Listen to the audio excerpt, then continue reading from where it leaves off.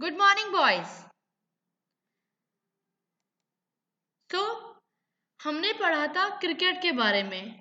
यहाँ वापस जो बचा हुआ पार्ट है वो मैं आपको समझाती हूँ। यहाँ पर हम पढ़ रहे हैं कि टीम के कप्तान की जिम्मेदारी बहुत महत्व रखती है। पिछले वीडियो में हमने पढ़ा था कि क्रिकेट के खेल के बारे में, कि उसकी पोशाक कैसी होती है, क्रिकेटर में किस तरीके के गुण होने चाहिए, क्या क्या होना चाहिए उसके लिए, वो हमने पढ़ा था। ठीक है। यहाँ अब मैं बताऊंगी आपको कि क्रिकेट के कप्तान जो कैप्टन होता है उसकी क्या जिम्मेदारी रहती है और कितना महत्व रखती है। ठीक है। तो क्रिकेट टीम के कप्तान की जिम्मेदारी बहुत महत्व रखती है। उसे अपनी टीम के खिलाड़ियों को समय समय पर प्रेरित और प्रोत्साहित करते रहना चाहिए। हमेशा उसको मोटिवेट करते रहना चाहिए ताकि खिलाड़ी और अच्छे तरीके से उस खेल को खेलें।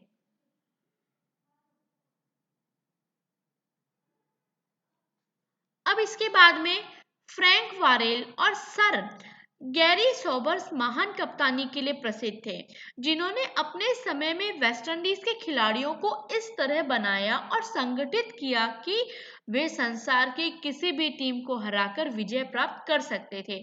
मतलब फ्रैंक वारेल और सर गैरी सोबर्स की जो कप्तानी थी वो इतनी शानदार थी। उन्होंने अपने खिलाड़ियों को इस तरीके से प्रेरित और प्रोत्साहित किया था कि वो कहीं भी जाते, और इस तरीके से उनको मजबूत किया था, इस तरीके से उनकी ट्रेनिंग दी गई थी कि वे संसार की किसी भी टीम को हराकर जीत जाते थे। अब यहाँ पर हम महेंद्र सिंह धोनी और सौरव गांगुली का नाम भारत के सफलतम कप्तानों में लिया जाता है। हम सभी जानते हैं कि हमारे भारत के कप्तान कौन रहे थे? महेंद्र सिंह धोनी और सौरव गांगुली। आप सभी को पता है, आप सभी बहुत अच्छे से जानते हैं, है ना। तो यहाँ पर टीम के जो कैप्टन होता है उसकी रिस्पॉन्सिबिलिटी होती है कि वो अपने जो खिलाड़ी है, ठीक है, उनको समय समय पर मोटिवेट करता रहे। कभी कभी हम अपना आत्मविश्वास खो देते हैं, तो वो अगर ऐसा होता है तो वो उन्हें क्या करता है? मोटिवेट करता है, प्रोत्साहित करता है। ठीक है।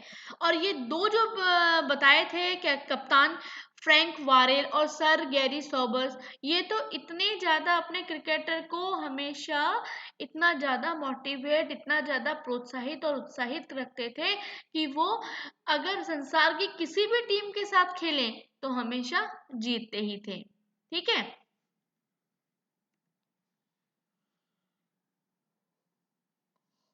अब आगे क्या बताया गया है बच्चों? हमारे भारतीय खिलाड़ी वेस्टर्न विजडन पुरस्कार विजेता कपिल देव को शताब्दी का सर्वश्रेष्ठ खिलाड़ी घोषित करते हुए कहा कि ऐसा सम्मान 100 वर्षों में एक बार मिलता है। सचिन तेंदुलकर ने क्रिकेट के इतिहास में इतने कीर्तिमान स्थापित किए हैं कि इस सर्वश्रेष्ठ बल्लेबाज को हराना असंभव ही लगता है। सचिन ने 16 मार्च 2012 को शतकों का शतक बनाकर एक ऐसा कीर्तिमान बनाया जो शायद कभी ना टूट पाएगा। बच्चों यहाँ पर क्या है कि भारतीय खिलाड़ी विजडन पुरस्कार विजेता ये कपिल देव जो हैं, उनको विजडन पुरस्कार मिला था। ठीक है। उन्हें हम शताब्दी का सर्वश्रेष्ठ, जो वो शताब्दी थी वो उसका सर्वश्रेष्ठ खिलाड़ी घोषित किया गया था। ऐसा सम्मान जो होता है वो 100 वर्षों में एक बार मिलता है, और वो किसको मिला था? कपिल देव को। और सचिन तेंदुलकर के बारे में तो हम सभी जानते हैं कि उन्होंने क्रिकेट के इतिहास में इतने ज्यादा कीर्तिमान स्थापित किए कि इस सर्वश्रेष्ठ बल्लेबाज को हराना ही असंभव लगने लग गया। अब सचिन को क्या था? 16 मार्च 2012 को शतकों का शतक बनाकर, 16 मार्च 2012 को क्रिकेट मैच हुआ था, तो सचिन ने क्या किया? शतकों का शतक बनाया और एक ऐसा कीर्तिमान बनाया जो शायद कभी ना टूट पाएगा। ठीक है। क्रिकेट के खेल से हमें अच्छी सीख मिलती है। यह हमको अनुशासन और टीम भावना सिखाता है। जो इंसान अनुशासन, डिसिप्लिन में और टीम भावना, पूरी टीम को एक साथ चलकर साथ लेकर चलता है, तो उस खेल में हमेशा जीत संभव होती है। ये हमें अनुशासन सिखाता है कि कैसे हमें डिसिप्लिन में रहना है और टीम भावना सबको एक साथ। ऐसा नहीं है कि भाई वो थोड़ा कि कभी कभार क्या होता है, कोई बॉल किसी से छूट जाती है, किसी से कैच छूट जाता है, तो हम उसको बहुत अजीब अजीब रंग से देखते हैं। तो ऐसा नहीं होना चाहिए। ठीक है, तो एक तो डिसिप्लिन में खेलना है, दूसरा टीम के इस भावना के साथ में। ठीक है, ये हमें विनम्रता भी सिखाता है, क्योंकि हो सकता है कि एक दिन आप बहुत सफल हो और दूसरे दिन आपका खेल बिल्कुल निकृष्ट हो जाए, बिल्कुल बिगड़ जाए, है ना। जैसे कि मैंने पहले बताया कि कभी पहले तो क्या, हमेशा ये एक तो टीम भावना के साथ चलना चाहिए, हमें विनम्र होकर खेलना चाहिए। हमेशा ऐसा नहीं हो कि भाई हमेशा कि आप सफल ही हो। ऐसा भी होता है, आप असफल भी हो सकते हैं। असफल होने का मतलब ये नहीं होता कि हम किसी के साथ बदतमीजी कर जाएं। हमेशा हमें क्या करना चाहिए, विनम्रता से पोलाइटली बात करनी चाहिए। एक बार खेल खराब हो गया तो क्या हुआ, दूसरी बार हम सफल हो जाएंगे।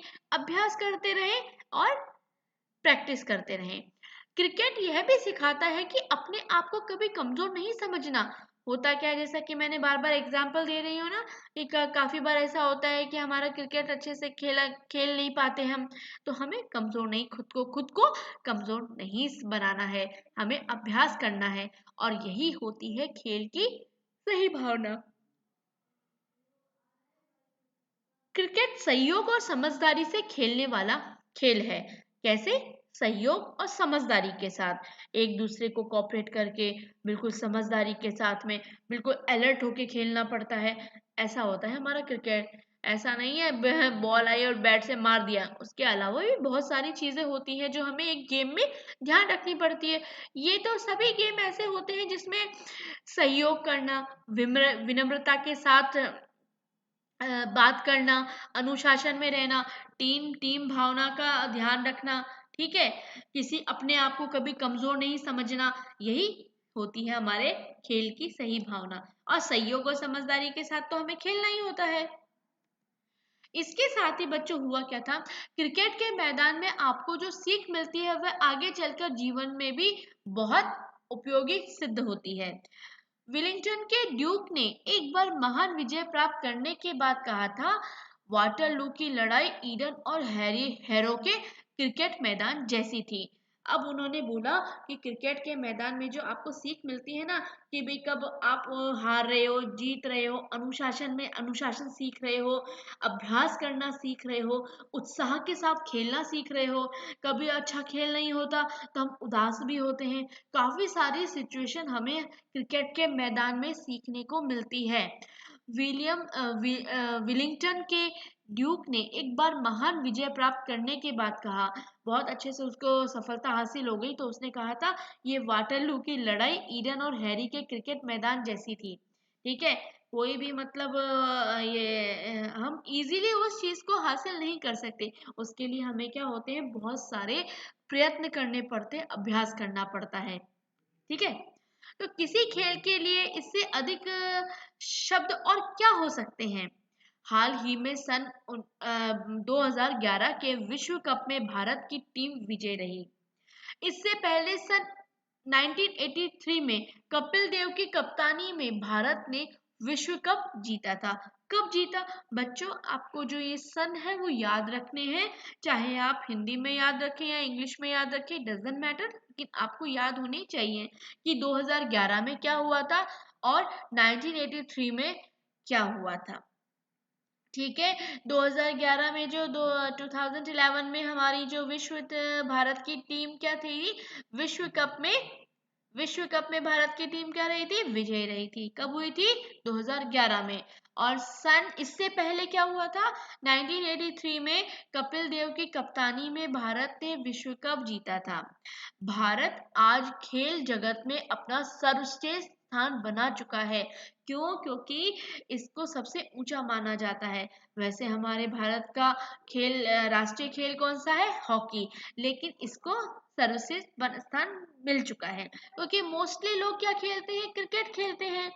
अब हम यह सब भी जानते हैं कि 2020 क्रिकेट का प्रथम विश्व कप क्या हुआ था, देखते हैं आगे हम। बच्चों ये इसके लास्ट जो बात है विश्व कप का, वापस मैं बैक जाऊंगी, बैक जाने के बाद मैं आपको लास्ट लाइन पढ़ के बताती हूँ। हम सब यह जब भी जानते हैं कि 2020 क्रिकेट का प्रथम विश्व कप, इसके बारे में मैं आपको नेक्स्ट वीडियो में बताऊंगी कि क्या बताया गया है। बच्चों क्रिकेट का चैप्टर बहुत ही इंटरेस्टिंग चैप्टर है और बॉयज के लिए तो सबसे फेवरेट चैप्टर है।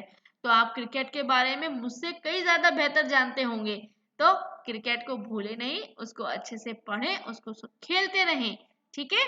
और खेलना भी हमारे लिए जरूरी है। So boys, thank you very much, have a good day.